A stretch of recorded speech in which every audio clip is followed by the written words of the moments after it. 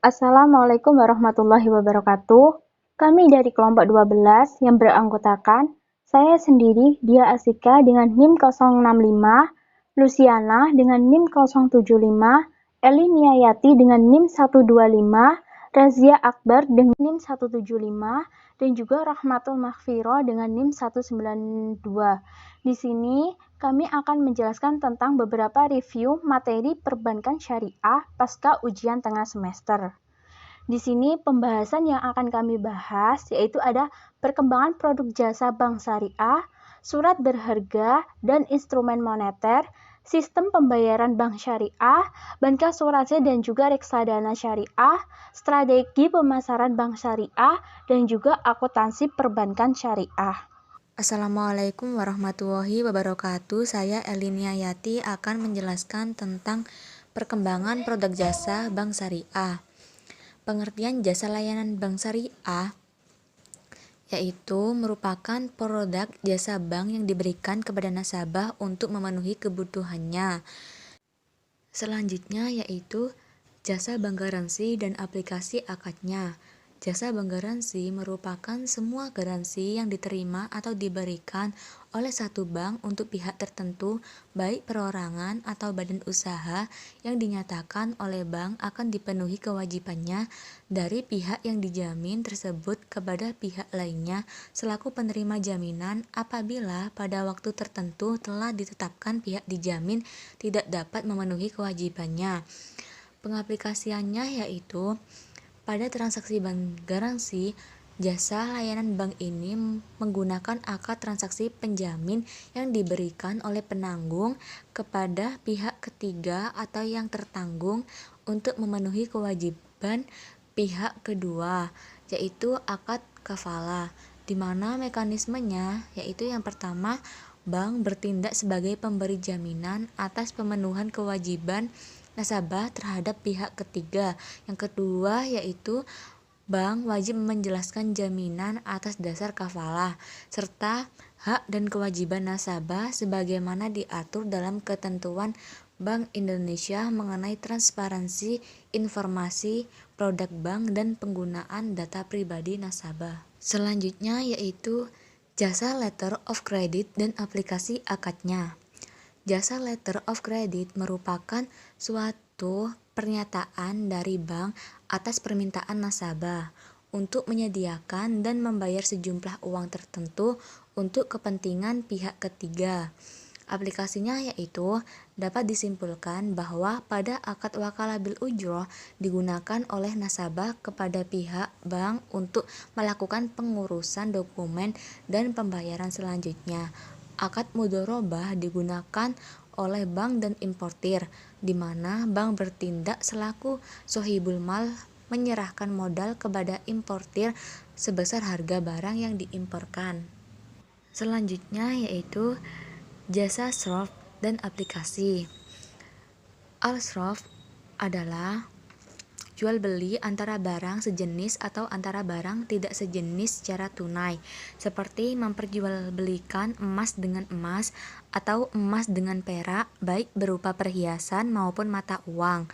Praktek jual beli antara valuta asing atau penukaran antara mata uang sejenis. Aplikasinya yaitu di perbankan syariah, perdagangan valuta asing dapat dianalogikan dengan pertukaran antara emas dan perak. Dalam aplikasinya di perbankan syariah, SROF merupakan pelayanan jasa bank kepada nasabahnya untuk melakukan transaksi valuta asing menurut prinsip yang dibenarkan syariah. Melakukan perjanjian, akad, SROF adalah pertukaran mata uang secara spot, tunai dan tidak untuk spekulasi. Selanjutnya yaitu jasa qard wal ijarah. Pengertian qard yaitu pinjaman antara dua belah pihak dan pihak pertama memberikan harta kepada pihak yang kedua sebagai peminjam uang atau orang yang menerima harta yang bisa ditagih harta tersebut. Yang ijarah yaitu merupakan kontrak jasa atau manfaat yang memiliki nilai ekonomis diketahui legal diserah terimakan kepada orang lain dengan menggunakan upah yang telah diketahui.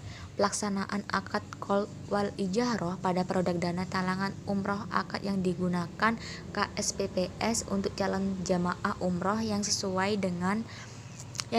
untuk meminjamkan dana dan mengurus administrasi, yaitu qard al-ijarah, di mana KSPPS mendapatkan imbalan berupa fee yang jumlahnya telah disepakati kedua pihak. Dalam akad qard wal ijarah merupakan kesatuan akad yang harus disepakati ketika di awal. Selanjutnya yaitu jasa gadai dan aplikasi akadnya. Gadai adalah perjanjian penyerahan barang untuk menjadi jaminan dari fasilitas pembiayaan yang diberikan. Aplikasi akad rohan dalam perbankan syariah yaitu ada dua. Yang pertama, akad rohan sebagai pelengkap. Artinya sebagai akad tambahan atau jaminan terhadap produk lain seperti pembiayaan bal al-murabah. Yang kedua yaitu akad rohan sebagai produk tersendiri untuk keperluan nasabah yang sifatnya jasa dan konsumtif, seperti pendidikan, kesehatan, dan lainnya. Lembaga juga tidak menarik manfaat apapun kecuali biaya pemeliharaan dan keamanan untuk barang tersebut. Assalamualaikum warahmatullahi wabarakatuh. Saya Rasy Akbar, NIM terakhir 175. Sebagai pemateri selanjutnya mencoba menjelaskan tentang surat berharga dan instrumen moneternya. Surat berharga adalah surat pengakuan utang, hasil perseroan terbatas, saham, obligasi, sekuritas kredit atau setiap derivatif dan surat berharga atau kepentingan lain, atau bisa disebut juga dengan suatu kewajiban dari penerbit dalam bentuk yang lazim yang diperdagangkan dalam pasar modal ataupun pasar uang. Jenis-jenis surat berharga. Yang pertama, sertifikat Bank Indonesia atau bisa disebut dengan SBI, dan juga sertifikat Bank Indonesia secara syariah. Sertifikat Bank Indonesia atau bisa disebut dengan SBI adalah surat berharga yang dikeluarkan oleh Bank Indonesia sebagai pengakuan utang berjangka waktu pendek 1-3 bulan dengan sistem diskonto atau bunga, dengan tujuan untuk mengontrol jumlah uang yang beredar dalam masyarakat, yang secara tidak langsung bisa mengendalikan laju inflasi dan juga nilai tukar rupiah. SBI atau surat sertifikasi Bank Indonesia merupakan salah satu mekanisme yang digunakan Bank Indonesia untuk mengontrol kestabilan nilai rupiah dengan menjual sertifikasi Bank Indonesia. Bank Indonesia dapat menyerap kelebihan uang primer yang beredar. Tingkat suku bunga yang berlaku pada setiap penjualan SBI ditentukan oleh mekanisme pasar yang berdasarkan sistem lelang. Sejak awal Juli tahun 2005, BI menggunakan mekanisme BI rate atau suku bunga SBI, yaitu BI mengumumkan target suku bunga SBI yang diinginkan oleh Bank Indonesia untuk pelelangan pada masa periode tertentu. BI rate ini kemudian yang digunakan sebagai acuan para pelaku pasar dalam mengikuti pelelangan. Selanjutnya, sertifikasi Bank Indonesia secara syariah, yaitu salah satu produk surat berharga resmi pemerintah yang dikeluarkan melalui Bank Indonesia. Dasar dari SBI Syariah sendiri adalah Peraturan Bank Indonesia atau PBI nomor 10/11 RBI tahun 2008 tentang sertifikasi Bank Indonesia secara syariah. Tujuan penerbitan SBI Syariah adalah untuk meningkatkan efektivitas pelaksanaan pengendalian moneter yang didasarkan pada prinsip syariah melalui operasi pasar terbuka. Dengan adanya SBI, diharapkan bank-bank syariah bisa mendapatkan return penempatan dana yang sama seperti yang didapat diterbitkan oleh bank-bank konvensional yang ada di Indonesia. Selanjutnya, pengertian dari sertifikat deposito Bank Indonesia. Sertifikat deposito Bank Indonesia adalah produk yang ditawarkan oleh bank yang memberikan premi suku bunga sebagai imbalan atau pelanggan dengan membiarkan deposito tersimpan dalam waktu tertentu. Hampir semua lembaga keuangan konsumen menawarkannya, meskipun tergantung pada masing-masing bank dengan persyaratan yang berbeda-beda. Sertifikat bank deposito mana yang ingin tawarkan, berapa banyak tarif yang lebih tinggi dibandingkan bank-bank yang lain dan produk pasar uang yang lain, dan hukuman yang berlaku untuk penarikan awal. Jadi kesimpulannya, sertifikat deposito Bank Indonesia dengan pembayaran tertinggi membayar tingkat bunga yang lebih tinggi daripada tabungan terbaik dan rekening pasar uang sebagai gantinya meninggalkan dana deposito dalam jangka waktu tertentu. Selanjutnya tentang surat berharga negara. Surat berharga negara atau bisa disebut dengan SBN merupakan produk investasi yang diterbitkan dan dijamin oleh pemerintah Republik Indonesia. SBN dibuat dengan tujuan untuk memberikan kesempatan buat masyarakat untuk berpartisipasi dalam pembiayaan pembangunan negara. Kesimpulan gampangnya, teman-teman sebagai masyarakat minjemin sejumlah dana ke pemerintah dengan kurun waktu tertentu. Nah, di akhir waktu pinjaman, pemerintah akan mengembalikan dana kamu secara penuh setiap bulannya. Kamu juga akan menerima imbal hasil berupa bunga yang dibayarkan ke kalian. Jenis-jenis SBN berdasarkan prinsip pengelolaannya. SBN yang dikelola secara konvensional dapat disebut sebagai surat utang.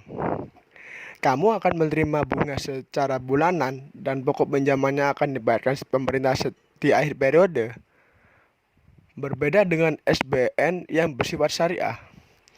Dana yang kamu berikan akan dicatat sebagai penyertaan terhadap aset negara. Masyarakat yang membeli produk SBN secara syariah memiliki kepemilikan aset berwujud yang akan disewakan kepada pemerintah. Pemerintah akan membayar uang sewa atau bisa disebut juga dengan ujroh dengan sebagai imbal hasil rutin bagi para investor. Jenis SBN yang dikelola secara konvensional ada dua yang saya ketahui. SBR atau saya sebut juga dengan Saving Bond Retail, yang kedua obligasi negara retail Indonesia. Dan jenis SBN yang dikelola dengan prinsip syariah yaitu ada dua juga yang saya ketahui, yaitu Sukuk Tabungan dan Sukuk Retail Indonesia. Dan yang terakhir ada surat utang negara. Surat utang negara adalah surat berharga yang berupa surat pengakuan utang dalam mata uang rupiah maupun valuta asing yang dijamin pembayaran bunganya dan pokoknya oleh negara Republik Indonesia sesuai dengan masa berlakunya. Tujuan penerbitan surat utang negara. Yang pertama, untuk membiayai defisit APBN. Yang kedua, menutup kekurangan kas jangka pendek. Dan yang ketiga, mengelola portofolio utang negara. Pemerintah pusat berwenang menerbitkan surat utang negara setelah mendapatkan persetujuan dari DPR yang disahkan dengan kerangka pengesahan APBN dan setelah berkonsultasi dengan Bank Indonesia. Atas penerbitan tersebut, pemerintah berkewajiban membayar bunga dan pokok pada saat jatuh tempo. Dana untuk pembayaran bunga dan pokok surat utang negara disediakan di dalam APBN. Jenis yang saya ketahui tentang dalam surat utang negara ada dua. Yang pertama, surat pembendaraan negara atau SPN, dan yang kedua, obligasi negara. Yang pertama, surat pembendaraan negara atau SPN, yaitu surat utang negara berjangka waktu sampai dengan 12 bulan dengan pembayaran bunga secara diskonto.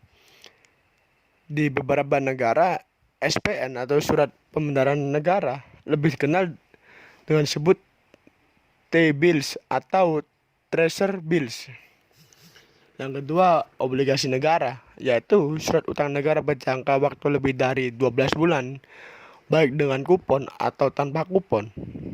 Obligasi negara dengan kupon memiliki jadwal pembayaran kupon yang periodik 3 bulan sekali atau 6 bulan sekali. Sementara obligasi negara tanpa kupon tidak memiliki jadwal pembayaran kupon, dijual pada harga diskon dan pokoknya akan dilunasi pada saat jatuh tempo.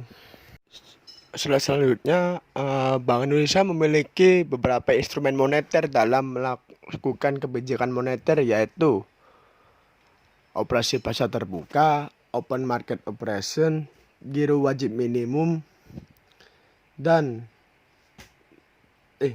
yang ketiga fasilitas diskonto dan intervensi mata uang asing. Yang pertama, OPT, operasi pasar terbuka, adalah kegiatan jual beli surat berharga oleh bank sentral yang akan mengaruhi tingkat suku bunga. Operasi ini memiliki dua aktivitas di dalamnya, yaitu jual beli surat berharga termasuk sertifikasi Bank Indonesia, dan yang kedua, sertifikasi Bank Indonesia Syariah secara syariah, yaitu SBIS. Kedua instrumen yang saya sebutkan tadi digunakan sebagai instrumen utama dalam kebijakan moneter. Hal ini dikarenakan bahwa Bank Indonesia memiliki SBI dalam jumlah yang memadai untuk mengeksekusi kebijakan kontraksi dan ekspansi yang diambil setelah mempertimbangkan tekanan terhadap inflasi. Yang kedua, giro wajib minimum. Giro wajib minimum merupakan ketentuan bank sentral yang mewajibkan bank untuk memelihara sejumlah alat liquid atau pencairan dalam rekening gironya pada Bank Indonesia. Giro wajib minimum ditetapkan sebesar persentase tertentu dari kewajiban lancar bank. Semakin kecil persentase tersebut, maka semakin besar kemampuan bank untuk memanfaatkan cadangannya untuk memberikan kepada masyarakat dalam bentuk pinjaman, dan begitu juga sebaliknya. Yang ketiga, fasilitas diskonto. Fasilitas diskonto adalah fasilitas kredit yang diberikan oleh Bank Indonesia kepada bank dengan tingkat diskonto yang ditetapkan oleh Bank Indonesia. Dengan penetapan diskonto yang tinggi, diharapkan bank akan mengurangi permintaan kredit pada bank sentral yang diakibatkan akan mengurangi jumlah uang yang beredar. Dan yang terakhir, intervensi mata uang asing. Intervensi mata uang asing adalah kebijakan bank sentral untuk mempengaruhi jumlah uang beredar atau likuiditas di pasar uang melalui jual beli valuta asing atau cadangan devisa. Apabila bank sentral ingin mengetatkan likuiditas di pasar rupiah atau di pasar uang, bank sentral akan menjual sisa aset cadangan devisanya. Seperti itu, teman-teman. Selanjutnya, sistem pembayaran bank syariah. Yang pertama, produk sistem pembayaran oleh perbankan syariah. Pengertian produk jasa dalam Islam adalah suatu yang dihasilkan proses produksi yang baik, bermanfaat, dapat dikonsumsi, berdaya guna, dan dapat menghasilkan perbaikan material, moral, dan spiritual bagi konsumen. Prinsip operasional syariah yang diterapkan dalam penghimpunan dana masyarakat dalam prinsip wadiah dan mudharabah. Yang pertama, prinsip giro wadiah. Giro wadiah adalah produk pendanaan bank syariah berupa simpanan dari nasabah dalam bentuk rekening giro untuk keamanan dan kemudahan pemakaian. Dan yang kedua, prinsip mudharabah. Prinsip mudharabah merupakan akad kerjasama modal dari pemilik dana atau sahibul mal dengan pengelola dana atau pengusaha yang biasa disebut mudharib atas dasar bagi hasil. Kemudian jenis produk pada penyaluran dana. Yang pertama, pembiayaan dengan prinsip jual beli. Pembiayaan berdasarkan prinsip jual beli merupakan penyediaan barang modal maupun investasi untuk memenuhi kebutuhan modal kerja maupun investasi. Pembiayaan dengan prinsip jual beli mempunyai 3 jenis, yaitu yang pertama, pembiayaan murabahah, pembiayaan salam, dan pembiayaan istisna. Yang kedua, pembiayaan dengan prinsip sewa atau ijarah. Transaksi ijarah dilandasi adanya perpindahan manfaat. Dan yang terakhir, pembiayaan dengan prinsip bagi hasil atau syirka. Produk pembiayaan syirka yang didasarkan atas prinsip bagi hasil ada 2, yaitu pembiayaan musyarakah dan pembiayaan mudharabah. Lalu, kartu kredit syariah beserta implementasinya. Implementasi akadnya. Akad ijarah atau disebut sewa. Dengan menggunakan akad ini, nasabah dikenakan charge sewa penggunaan jasa kartu pembiayaan syariah atau sering disebut dengan wakalah bil ujroh. Akad yang digunakan pada syariah charge card. Di dalam penggunaan syariah charge card melibatkan beberapa akad di dalamnya, karena dengan satu kartu dapat melakukan berbagai transaksi. Pihak Dewan Syariah Nasional, Majelis Ulama Indonesia atau DSN MUI berpendapat bahwa status hukum syariah charge card adalah sebagai objek atau media jasa kafalah atau jaminan yang disertai talangan serta jasa ijarah untuk kemudahan transaksi. Kemudian produk jasa transfer dan inkaso beserta implementasi akadnya. Produk jasa transfer adalah suatu kegiatan jasa bank untuk memindahkan sejumlah dana tertentu sesuai dengan permintaan si pemberi amanat yang ditujukan untuk keuntungan seseorang yang ditunjuk sebagai penerima transfer. Transfer uang adalah kegiatan yang menggunakan konsep akad wakalah yang diwakili dengan permohonan nasabah dengan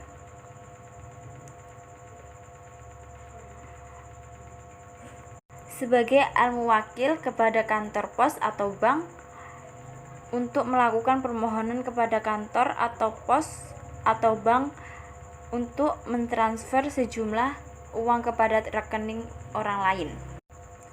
Akad dan ketentuan inkaso pada bank syariah, yaitu akad penyelenggaraan inkaso adalah wakalah al-qoyadah, di mana nasabah memberikan kuasa terbatas kepada bank untuk mewakili nasabah melakukan pekerjaan atau urusan tertentu. Dan selanjutnya, bancassurance. Bancassurance merupakan sebuah bentuk program atau produk perusahaan asuransi yang bekerja sama dengan bank dalam menjamin pembiayaan nasabah bank. Maka pelaksanaan bancassurance itu sendiri dipengaruhi oleh lembaga yang membawanya. Mekanisme pengelolaan premi pada produk bancassurance merupakan menggunakan sistem pengelolaan dana non-saving atau tanpa tabungan, yakni sistem premi yang dibayarkan oleh peserta atau nasabah bank syariah akan dimasukkan dalam rekening tab baru, yaitu kumpulan dana yang diniatkan oleh peserta sebagai iuran kebajikan untuk tujuan saling tolong-menolong dan saling membantu, dan akan dibayarkan apabila nasabah meninggal dunia karena sebab yang wajar atau tidak ada rekayasa dan perjanjian telah berakhir. Apabila ada surplus dana, maka akan dikembalikan sejumlah dana yang masih tersisa. Kumpulan dana peserta ini akan diinvestasikan sesuai dengan syariat Islam. Keuntungan dari hasil investasi setelah dikurangi dengan beban asuransi akan dibagi antara peserta dan perusahaan asuransi syariah menurut prinsip mudharabah. Dalam suatu perbandingan tetap berdasarkan perjanjian kerjasama antara perusahaan asuransi syariah dengan peserta asuransi. Baik, selanjutnya yaitu ada reksadana syariah. Reksadana syariah adalah reksadana yang beroperasi menurut ketentuan dan juga prinsip syariah Islam, baik dalam bentuk akad kerjasama antara pemodal sebagai pemilik harta atau sohibul mal. Mekanisme operasional dari reksadana syariah ini sendiri memiliki dua sistem, yaitu sistem wakalah dan juga sistem mudharabah. Sistem akad wakalah ini merupakan pelimpahan kekuasaan oleh suatu pihak kepada pihak lain dalam hal-hal yang boleh diwakilkan. Sedangkan akad mudharabah dalam reksadana ini tidak ada jaminan atas hasil investasi tertentu kepada sebuah investor. Contoh kasus pelanggaran pada reksadana syariah. Baru-baru ini industri reksadana kembali dihebohkan dengan suspensi beli yang diberikan oleh Otoritas Jasa Keuangan atau OJK kepada Krishna Asset Management. Tindakan OJK terhadap manajemen investasi tersebut merupakan bentuk aksi supervise regulator di industri pasar modal. Adapun investasi di pasar modal ini tidak sama dengan menempatkan dana di perbankan. Ketika penempatan dana di bank mendapatkan jaminan dari lembaga penjamin simpanan atau LPS. Di sisi lain, investasi di pasar modal itu tidak ada yang bisa memberikan jaminan pertumbuhan karena retur bergerak mengikuti mekanisme pasar. Di dalam memilih sebuah produk reksadana dan manajemen investasi, sebaiknya kita itu menghindari iming-iming imbalan hasil pasti atau fixed return. Pasalnya, setiap investasi di pasar modal saham itu tidak mungkin dapat menjamin imbal hasil dalam jangka waktu tertentu. Sebab imbal hasil ini pasti itu hanya didapat dari penempatan dana di tabungan dan juga investasi surat hutang. Dari produk tersebut, masyarakat bisa mendapatkan bunga ataupun kupon secara berkala. Selanjutnya yaitu ada strategi pemasaran bank syariah. Definisi strategi pemasaran sendiri itu dapat dikatakan merupakan tata cara dalam pemasaran yang telah tersusun dan juga terencana untuk dijalankan dalam rangka mencapai tujuan perusahaan. Mencapai tujuan perusahaan dengan mengembangkan keunggulan bersaing yang berkesinambungan melalui pasar-pasar yang dimasuki dan program pemasaran yang digunakan untuk melayani pasar sasaran tersebut. Selanjutnya yaitu ada konsep-konsep pemasaran. Yang pertama yaitu ada segmentasi pasar. Segmentasi pasar adalah kegiatan membagi pasar menjadi kelompok pembeli yang terbedakan dengan kebutuhan, karakteristik dengan tingkah laku berbeda yang mungkin membutuhkan produk atau bauran pasar terpisah. Yang kedua yaitu ada target pasar. Target pasar adalah sekumpulan nasabah yang akan dilayani dengan program pemasaran tersebut. Yang ketiga yaitu ada positioning. Positioning ini adalah merupakan tindakan perusahaan untuk merancang produk dan juga pembahuran pemasaran agar dapat tercipta suatu kesan tertentu di ingatan para konsumen. Yang selanjutnya yaitu ada bauran pemasaran atau marketing mix. Yang pertama yaitu ada produk. Yang dimaksud di sini produk adalah sesuatu yang dapat ditawarkan ke pasar untuk mendapatkan perhatian untuk dibeli, digunakan ataupun juga dikonsumsi yang dapat memenuhi keinginan dan juga kebutuhan konsumen. Yang kedua yaitu ada harga. Dalam menetapkan suatu harga produk, perusahaan itu harus memperhatikan tipe-tipe dari konsumen. Karena harga itu merupakan salah satu aspek penting dalam kegiatan pemasaran. Hal ini dikarenakan harga itu berperan dalam laku atau tidaknya suatu produk atau jasa tersebut dijual. Yang ketiga yaitu ada promosi. Promosi yaitu menawarkan barang atau produk kita kepada para konsumen atau nasabah. Yang keempat yaitu ada tempat. Tempat ini merupakan bauran pemasaran yang memang sangat penting, sebab pemilihan lokasi yang tepat dan strategis ini akan berpengaruh pada tingkat kepercayaan konsumen untuk memutuskan membeli atau tidak suatu produk tersebut. Baik, selanjutnya saya akan menjelaskan tentang akuntansi perbankan syariah. Nah, untuk pengertian akuntansi syariah sendiri, menurut beberapa pendapat yang telah disampaikan oleh kelompoknya Mas Wian, saya tarik kesimpulannya bahwasanya akuntansi syariah adalah proses akuntansi yang berdasarkan pada prinsip-prinsip syariah. Akuntansi adalah proses mengidentifikasi, mengukur, dan melaporkan informasi ekonomi untuk memungkinkan adanya penilaian dan pengambilan keputusan yang jelas dan tegas bagi mereka yang menggunakan informasi tersebut. Sedangkan syariahnya adalah ketentuan hukum Islam yang mengatur semua aktivitas umat manusia yang berisi perintah dan larangan, baik yang menyangkut hubungan dengan Tuhan vertikal atau hubungan manusia dengan manusia dan lingkungan atau horizontal. Manfaat akuntansi syariah berdasarkan Islamiahnya, yaitu yang pertama, memberikan pemahaman dan kesadaran bahwa Al-Quran merupakan kitab suci yang memang benar-benar diturunkan oleh Tuhan semesta alam melalui perantaranya di bumi, yaitu Nabi Muhammad SAW, karena sangat komplit, relevan dalam segala bidang dan dapat dibuktikan kebenarannya. Yang kedua, meningkatkan iman dan takwa kepada Allah Subhanahu wa taala dan Rasul-Nya. Yang ketiga, menegakkan perintah Allah Subhanahu wa taala dan sunnah Rasul yang berarti surga. Yang keempat, sarana untuk berjihad menegakkan kebenaran. Yang kelima, menumbuh kembangkan ekonomi berbasis Islam di Indonesia. Di Indonesia sendiri, permasalahan standarisasi laporan keuangan syariah ditangani oleh Dewan Standar Akuntansi Syariah atau DSAK yang berada di bawah naungan Ikatan Akuntansi Indonesia (IAI). DSAK dibentuk di Jakarta pada Kongres 8 IAI pada tahun 1998. Saat ini, Standar Akuntansi Keuangan Syariah di Indonesia menggunakan PSAK 101 2014. SAK Syariah tersebut menggantikan SAK Syariah yang disahkan tahun 2002 dan menyempurnakan SAK tahun 2007. Pembuatan SAK Syariah ini bersumber pada Al-Quran, Surat Al-Baqarah ayat 282 sampai dengan 283. Ayat tersebut menjabarkan prinsip pencatatan laporan keuangan yang menggunakan konsep kejujuran, keadilan, dan kebenaran. Pembuatan SAK Syariah ini mengikuti perkembangan ekonomi Islam dunia. Perkembangan tersebut menciptakan lingkungan ekonomi dan pasar baru yang berbasis syariah. Ada beberapa jenis standar pelaporan keuangan berbasis syariah berdasarkan jenis transaksi yang sudah dibuat oleh DSAK Syariah Indonesia.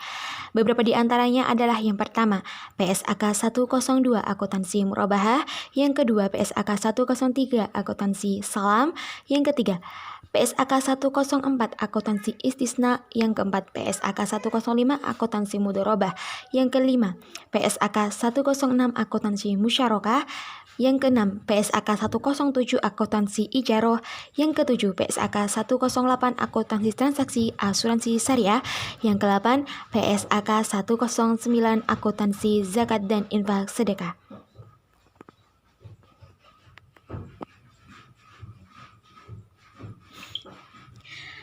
Indonesia adalah negara mayoritas umat Islam yang cukup banyak, yaitu sebesar 88,3% dari penduduk Indonesia. Melihat hal tersebut, Indonesia merupakan potensi pasar yang besar bagi perbankan syariah. Namun yang terjadi saat ini, pasar perbankan syariah masih kalah dengan Malaysia dan Pakistan. Masih banyak umat Islam yang memakai sistem perbankan konvensional, bahkan untuk tabungan haji. Padahal MUI sudah mengharamkan bunga bank konvensional adalah riba dan menyuruhkan agar umat Islam beralih menggunakan bank syariah. Bila dikaji lebih dalam, terdapat 5 permasalahan yang membuat pasar perbankan di Indonesia kurang berkembang, yaitu sebagai berikut. Yang pertama, kurangnya sosialisasi kepada masyarakat. Masyarakat banyak yang tidak memahami perbedaan antara bank syariah dengan bank konvensional. Kebanyakan mereka hanya tahu bunga bank konvensional riba tetapi tidak mengerti mengapa bunga bank tersebut dikategorikan riba. Istilah-istilah perbankan syariah seperti mudharabah, murabahah, ijaroh, dan lain-lain itu pun masih kurang populer di masyarakat. Yang kedua, pendidikan mengenai perbankan syariah sulit didapatkan. Tidak hanya kursus atau pelatihan yang tersedia mengenai perbankan syariah. Selama ini pendidikan bank syariah terbatas pada seminar-seminar singkat saja. Sertifikasi pendidikan tenaga kerja di bidang ekonomi syariah pun bukan persyaratan untuk bekerja di bank syariah. Yang ketiga, bank syariah lebih mengedepankan tujuan profit daripada fungsi sosialnya. Terdapat kasus di mana bank syariah memberikan sistem bagi hasil yang memberikan nasabah, bagi hasil dinilai dari penjualan dan bagian untuk bank syariah terlalu besar. Kondisi ini akhirnya membuat pengusaha UKM beralih ke bank konvensional yang memberikan kredit berbunga kecil untuk UKM karena beban bunganya dirasa lebih ringan. Karena ingin meniru produk perbankan konvensional, bank syariah meniru sistem obligasi dan kartu kredit, di mana semestinya pinjaman dari bank syariah seharusnya untuk kredit produktif dan UKM bukan untuk kredit konsumtif dan konglomerat. Bila dari kredit konsumtif seperti kartu kredit, maka sulit diketahui dari mana cara pembagian hasilnya yang sesuai syariah. Hanya bisa ditagih biaya administrasinya saja, karena selain itu adalah riba atau pengembalian pinjaman melebihi pokok. Yang keempat yaitu peraturan mengenai perbankan syariah belum memadai. Undang-Undang PPH 2008 menyebutkan bahwa terdapat peraturan perpajakan khusus untuk bank syariah, namun hingga kini peraturan tersebut belum diterbitkan. Undang-Undang PPN yang lama sebelum diperbarui dengan Undang-Undang Nomor 42 Tahun 2009 tidak menspesifikkan peraturan tentang perbankan syariah. Yang kelima, sarana dan prasarana masih kalah dibandingkan dengan bank konvensional. Bank syariah masih sulit ditemui cabangnya, terutama bila bersaing dengan cabang-cabang bank konvensional.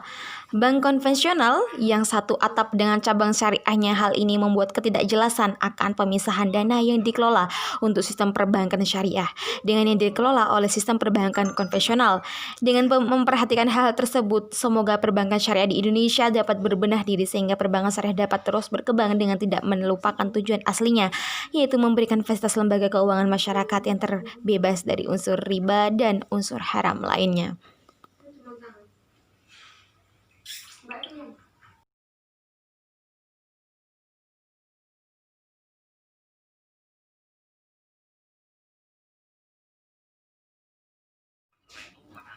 Permasalahan penerapan sistem akuntansi syariah di Indonesia. Kehadiran ekonomi Islam ini merupakan suatu langkah yang digunakan untuk melepaskan diri dari jeratan kapitalisme dan sosialisme. Dua sumber utama konsep ekonomi syariah berproses pada Al-Quran dan Al-Hadis. Ironisnya, kedua hukum Islam tersebut tidak pernah benar-benar digunakan sebagai landasan dalam merumuskan konsep epistemologis ekonomi Islam itu sendiri, melainkan fikih yang sekedar rasionalisasi kreatif ulama yang dijadikan sebagai acuan utamanya. Oleh karenanya, ekonomi Islam banyak mengadopsi begitu saja teori-teori yang ada dalam ekonomi konvensional dengan melakukan penyesuaian atau dipaksakan dengan melakukan sedikit penyesuaian atau dipaksakan agar sesuai dengan ayat atau hadis tertentu. Jika memang ada ayat atau hadis yang dijadikan sebagai suatu landasan syariah bagi suatu model transaksi ekonomi syariah, pengaturan yang berbasis sistematis dan kritis yang memenuhi prinsip-prinsip interpretasi yang valid tidak dilakukan terlebih dahulu. Dampak nyatanya adalah bahwa penerapan ekonomi yang disebut syariah merupakan suatu kumpulan teori ekonomi konvensional yang disajikan seolah-olah berdalil Al-Quran dan As-Sunnah. Metodologi akuntansi syariah yang sedang berkembang dewasa ini terbagi menjadi dua kubu yang memiliki pendekatan yang berbeda dalam merumuskan akuntansi syariah. Kubu yang pertama merupakan kubu yang berusaha keras menerapkan akuntansi syariah dari ajaran syariat Islam yang dijadikan sebagai pedoman. Kubu yang kedua dalam menerapkannya masih berlandaskan banyak pada akuntansi konvensional, sedangkan prinsip murni ajaran syariah hanya dijadikan sebagai pelengkap nama syariah saja. Faktanya, aspek-aspek akuntansi konvensional